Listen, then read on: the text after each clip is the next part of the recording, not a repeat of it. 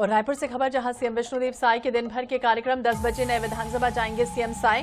कार्य मंत्रणा की बैठक में शामिल होंगे सीएम साय। 11 से लेकर 12:30 बजे तक विधानसभा सत्र में शामिल रहेंगे। 12:45 पर शांति शिखर भवन के एक कार्यक्रम में शिरकत भी करेंगे। 3:15 पर मड़ई मेला कार्यक्रम में शामिल होने जा रहे सीएम। तो यह अहम खबर, दिन भर आज व्यस्ततम शेड्यूल सीएम साय का रहने वाला है। कई ऐसे कार्यक्रम हैं जिसमें शामिल रहेंगे। वहीं 3:15 पर मड़ई मेला कार्यक्रम में शामिल होंगे। दिन भर बैठकों का भी आगाज होना है। 12:45 पर शांति शिखर भवन, 10 बजे नए विधानसभा जाएंगे सीएम साय। कार्य मंत्रणा की बैठक होने जा रही, जिसमें शामिल होंगे सीएम। 11 से लेकर 12:30 बजे तक विधानसभा सत्र में शामिल रहेंगे। ज्यादा जानकारी के लिए बात करेंगे। मोनिका दुबे हमारे सहयोगी हमारे साथ जुड़ गई हैं। मोनिका, क्या जानकारी, क्या दिन भर व्यस्तम शेड्यूल सीएम का रहने वाला है?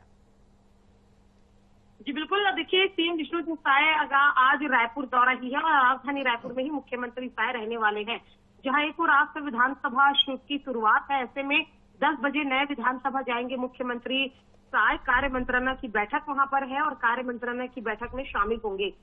11 से 12:30 बजे तक का विधानसभा सत्र जो है उसमें शामिल होंगे और 12:45 पर शांति शिखर भवन में कार्यक्रम है उसमें शामिल होंगे।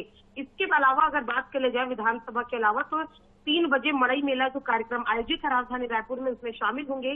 दीनदयाल उपाध्याय ऑडिटोरियम में कार्यक्रम आयोजित है। भव्य मड़ई मेला रखा गया है जिसमें मुख्यमंत्री विष्णुदेव साय शामिल होंगे। तो कुल मिलाकर मिनट टू मिनट जो उनका शेड्यूल जारी है उसमें आज बहुत ज्यादा व्यस्त रहने वाले हैं और एक और विधानसभा, दूसरी और मड़ई मेला में शामिल होंगे। तो बिल्कुल ये कार्यक्रम है जो मोनिका में बता रही कि कहां आज व्यस्त रहने वाले हैं सीएम। बहुत बहुत शुक्रिया तमाम जानकारी के लिए।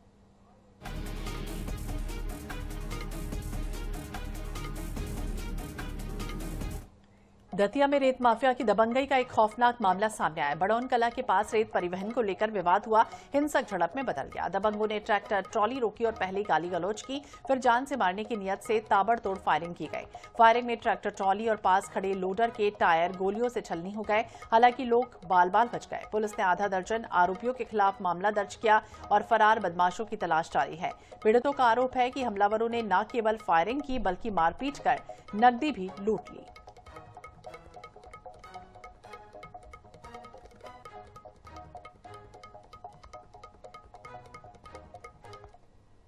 लेके आ रहा था, उसने गोली दी से मुंह में बच गया मरद से। में पता नहीं साहब क्या मैटर है, मैं तो वहां बाहर की खाई चल रहा था, मुंह में गोली दी से मैं तो मरद से बचा नहीं। तो फिर मुकाबला है कि मैं आज मरद से बचा। मैं घाट पे बजी का ट्रैक्टर चला के लाना था।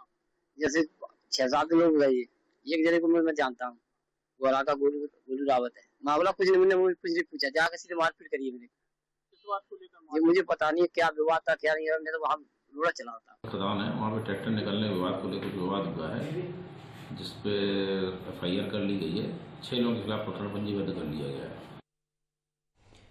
रायपुर रेलवे स्टेशन में सुरक्षा व्यवस्था पर गंभीर सवाल खड़े हुए। रोजाना हजारों यात्रियों की आवाजाही, दर्जनों ट्रेनों के ठहराव के बावजूद सुरक्षा इंतजाम ढीले नजर आए। रविवार सबसे ज्यादा भीड़ वाला दिन माना जाता है और उसी दिन मुख्य प्रवेश द्वार से लेकर VIP गेट तक एक भी सुरक्षाकर्मी तैनात नहीं दिखा।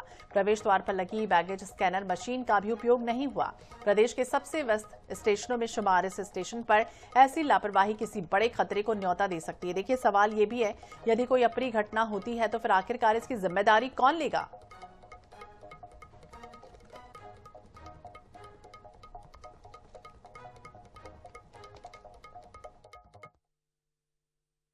राजधानी रायपुर रेलवे स्टेशन, जहां पर रोजाना दर्जनों ट्रेन आती है और हजारों यात्री आना जाना करते हैं, वहां पर सुरक्षा के इंतजाम अगर आप देखेंगे तो बेहद ही चौंकाने वाली तस्वीर आपको दिखाई देगी। ये रेलवे स्टेशन का मुख्य द्वार है, जहां पर सुरक्षा के इंतजाम होने चाहिए।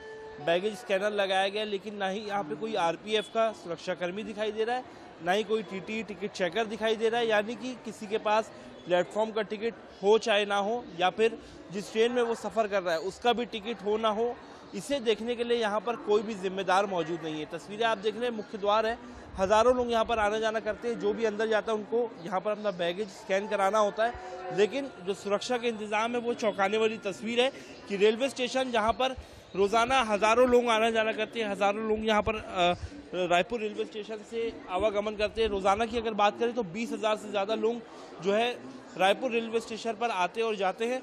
जहां पर अलग अलग राज्यों तक की ट्रेनें संचालित होती है। दर्जनों ट्रेनें रोजाना यहां पर रुकती है और यहां से शुरू होती है। ऐसे में यहां पर सुरक्षा के इंतजाम जो है बेहद ही चौंकाने वाली तस्वीर है। ये प्लेटफॉर्म है, प्लेटफॉर्म में भी आप देखेंगे कोई भी टिकट चेकर मौजूद नहीं है, किसी के पास प्लेटफॉर्म टिकट है या नहीं। आरपीएफ का कोई जवान जो है वो दिखाई नहीं दे रहा है।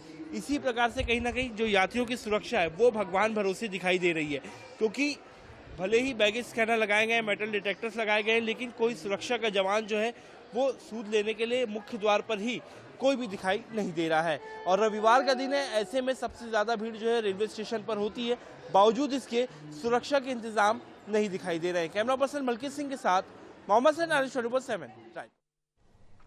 रायसेन जिले के बेगमगंज नगर के अजंता टॉकीज के सामने एक दुकान से चोरों ने धावा बोलकर लगभग 4.25 लाख रुपयों की चोरी की। शातिर चोर ने सीसीटीवी कैमरे फोड़ दिए, डीवीआर गायब कर दिया ताकि वारदात का पता न चले। लेकिन पीछे लगे एक सीसीटीवी कैमरे में आरोपी बाहर निकलकर मुंह पर कपड़ा बांधकर जाते हुए कैद हो गया। इसके हुलिये के आधार पर हालांकि पुलिस उसकी तलाश कर रही है। फरियादी रितेश जैन ने बताया है कि उसके पिता रात में दुकान बंद कर ऊपर चले गए थे, क्योंकि परिवार ऊपर ही रहता है। लेकिन सुबह 6 बजे जब दुकान में गुटखा लेने के लिए वो नीचे उतरे तो काउंटर का सामान इधर उधर बिखरा मिला और ये भी जानकारी मिली कि नगद 3,70,000 रुपए गायब हो गए।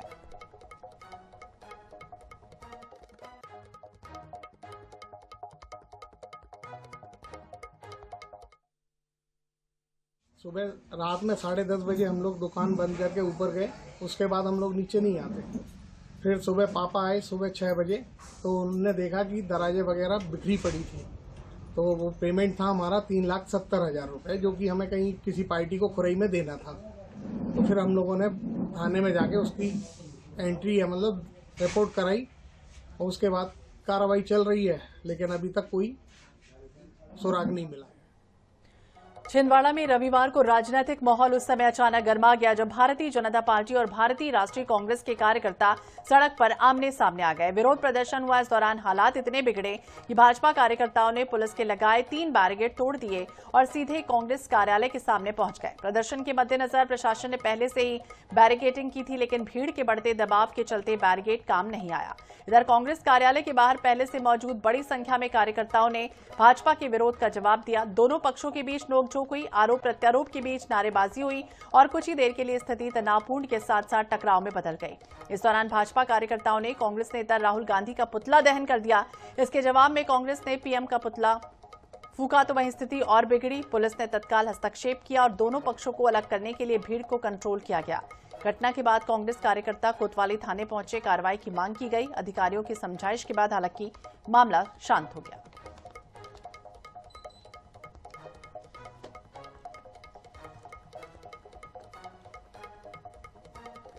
तो अधिकारियों की समझाइश के बाद मामला शांत हुआ। छिंदवाड़ा की देखिए तस्वीर सामने आई जब सियासी टकराव हुआ और भाजपा कांग्रेस तमाम कार्यकर्ता आपस में भिड़ गए।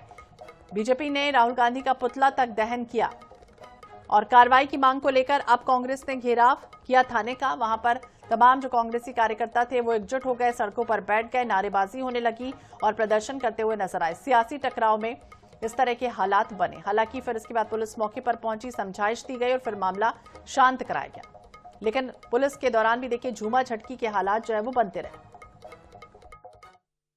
हमारी महिलाएं आज कितना ज्यादा लोगों को प्रताड़ित किया गया। आज कांग्रेस के कार्यकर्ताओं को क्या गुनाह था उनका, क्या कसूर था उनका, जो आज कांग्रेस कार्यालय में घुस के जो अभद्रता की गई। 25 सालों में भारतीय जनता पार्टी की सरकार है, आज तक पहले तो कभी नहीं हुआ ऐसा, आज कैसे हो गया कांग्रेस। और कैबिनेट मंत्री दर्जा, राज्य मंत्री दर्जा के हमारे अनुसूचित जाति के अध्यक्ष जी के नेतृत्व में और पूरे कांग्रेस परिवार के नेतृत्व में आज हम लोग भोपाल जाने की तैयारी कर।